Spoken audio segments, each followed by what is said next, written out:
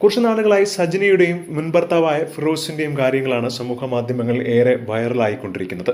സജനയ്ക്കും റസൂൽ പൂക്കുറ്റിക്കും ഇടയിൽ എന്തോ ഒരു കണക്ഷൻ ഉണ്ട് എന്ന രീതിയിലൊക്കെയാണ് കുറച്ച് വാർത്തകൾ പറഞ്ഞത്. ഇതിന് തൊട്ടു പിന്നാലെ ഫിറോസും പല രീതിയിലുള്ള പ്രതികരണവുമായി എത്തി. ഇപ്പോഴിതാ മുൻഭർത്താവ് ഫിറോസിനെതിരെ നിയമ നടപടി സ്വീകരിച്ചതായിട്ടാണ് സജന പറഞ്ഞുകൊണ്ട് രംഗത്ത് വരുന്നത്. ഇനിയും തനിക്ക് ഇയാളെ സഹിക്കാൻ സാധിക്കില്ല.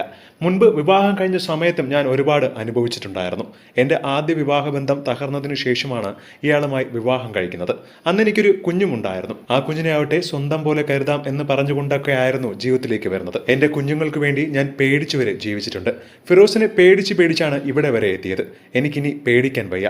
അതുകൊണ്ട് തന്നെ നിയമവശാൽ ഞാൻ മുന്നോട്ട് പോവുകയാണ്. ആദ്യ ബന്ധത്തിലുണ്ടായ കുഞ്ഞിനെ കല്യാണം കഴിഞ്ഞ് ഒരു മാസമായപ്പോൾ തന്നെ കാണാൻ അനുവദിക്കുന്നില്ലായിരുന്നു. തുടക്കത്തിൽ തന്നെ ഞങ്ങൾക്കിടയിൽ ജീവിതത്തിൽ ചെറിയ ചെറിയ പ്രശ്നങ്ങൾ ഉണ്ടായി തുടങ്ങി. കല്യാണം കഴിഞ്ഞ് ഉടനെ ഞാൻ ഗർഭിണിയുമായി. എന്നാൽ ഞാൻ അതിന് ഒട്ടും തയ്യാറല്ലായിരുന്നു. കുഞ്ഞിന് വേണമെന്ന് പറഞ്ഞ് നിർബന്ധം പിടിച്ചാണ് പിന്നീട് ഗർഭിണിയാക്കുന്നത്. അതുകൊണ്ട് തന്നെ എനിക്കതിൽ ഒട്ടും താല്പര്യവുമില്ലായിരുന്നു അന്ന്. എന്നാൽ സജനയുടെ ഈ ഒരു വെളിപ്പെടുത്തൽ വന്നതിന് ശേഷം ഒരുപാട് പേര് ചോദിക്കുന്നത് ഇത്രയും വർഷക്കാലം ഈ ഒരു വേദനയൊക്കെ സഹിച്ച് എങ്ങനെ ജീവിച്ചു എന്നാണ്. എന്തുകൊണ്ട് അന്ന് പ്രതികരിച്ചില്ല?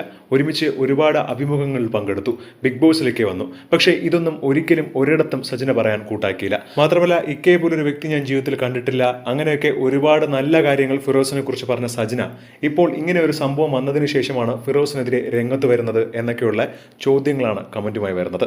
എന്താണ് ഇതിനെക്കുറിച്ചുള്ള നിങ്ങളുടെ അഭിപ്രായമെന്ന് താഴെ മറക്കാതെ കമന്റ് ചെയ്യുക.